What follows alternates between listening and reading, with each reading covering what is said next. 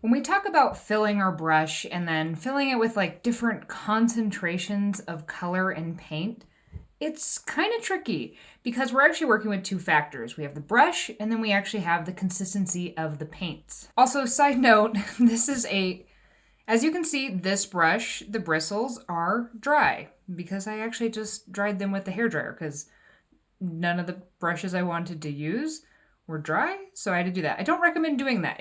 Your round brushes shouldn't really look like this just when they're sitting there unless you've been messing with them. When you leave your brushes to dry, you should kind of leave them in this type of a shape.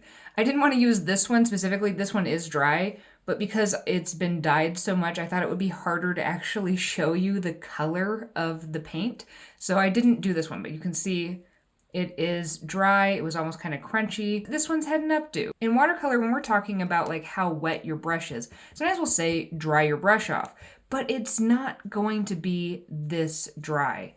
There's always going to be a little dampness because, for example, first, if we were using pan paints and we took a dry brush on dry paint, nothing. We're not going to get anything happening. The story's a little different though if you're using something like tube paints, because tube paints are in this gel or paste-like format where we can actually take a dry brush, grab this paint, and then try to paint with it. And it's going to be like a smeary paste. You could paint like this. This might be how you choose to do it, but this would be a huge waste of watercolor because you're going to use a ton of it. I could have taken that amount of watercolor and probably filled a pretty concentrated color, maybe like 3/4 of this page with this amount of watercolor. So you could paint like this, but it would just be a huge waste. And at that point, use gouache or use acrylic. So if we're talking about a dry brush, first of all, if I were to wash this, so I'm going to wash it off in my water, and look how thankfully it does look like it's going to form back into shape. So if I were to dry it off, there are different stages of this. First of all, I could come in here and really, let's get as much moisture from this as possible.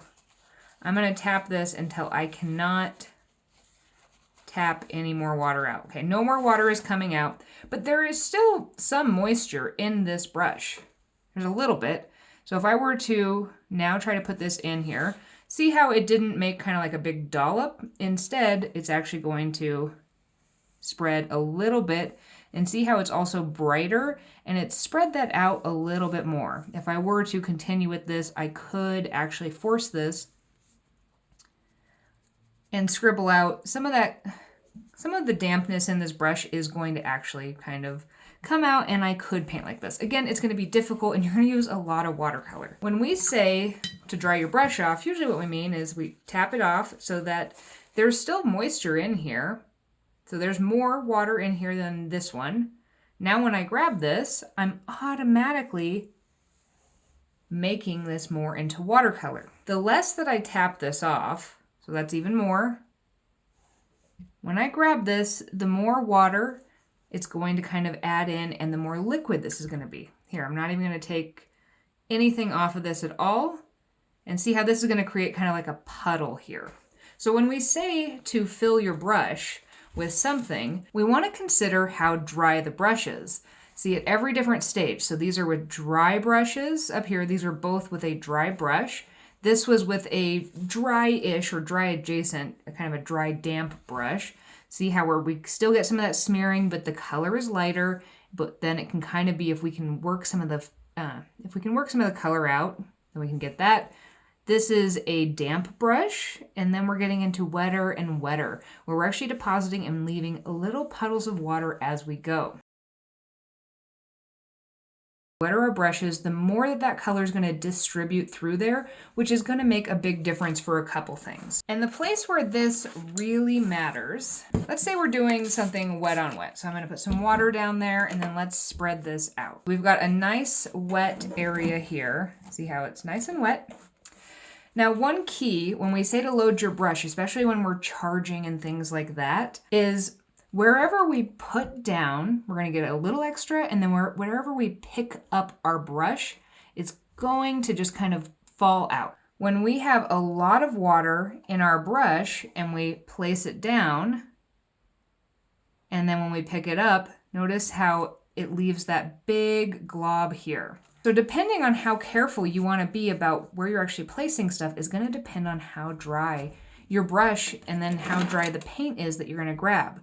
So let's say I want my brush to be a little bit more dry, but it still has a decent amount of wet pigment in it when I put it down and then when I pick it up. See how I'm going to do that. Dry this off even more though, there's still a little pigment in here. Notice that that's going to be lessened. That pick up and put down. It's still going to happen a bit, but we're going to have way more control than if we're working really, really wet and you're like, I want to shade this one area right over here. Well, I mean, it's there, but whenever you pick up your brush, it's going to want to like pull out between the two wet areas. So a lot of times you want to actually tap your brush off so it's still wet, but not as wet, so that you can lessen those effects a little bit. The times where we would want to have that really like sticky, icky mess of the really dry brush with the really sticky paint is in scenarios like this where you want to be really intentional. So see, I can take this barely damp brush and then right on that sticky paint, I can fill this in. If I want this to be super duper concentrated, but I still want control, see, I can come in here and I can really concentrate that, but it's in this wet area. See how there's a bit of a shine there? We'll get that nice softening bleed, but we're also going to be able to achieve that really, really pigmented color in there without creating something like this or like this.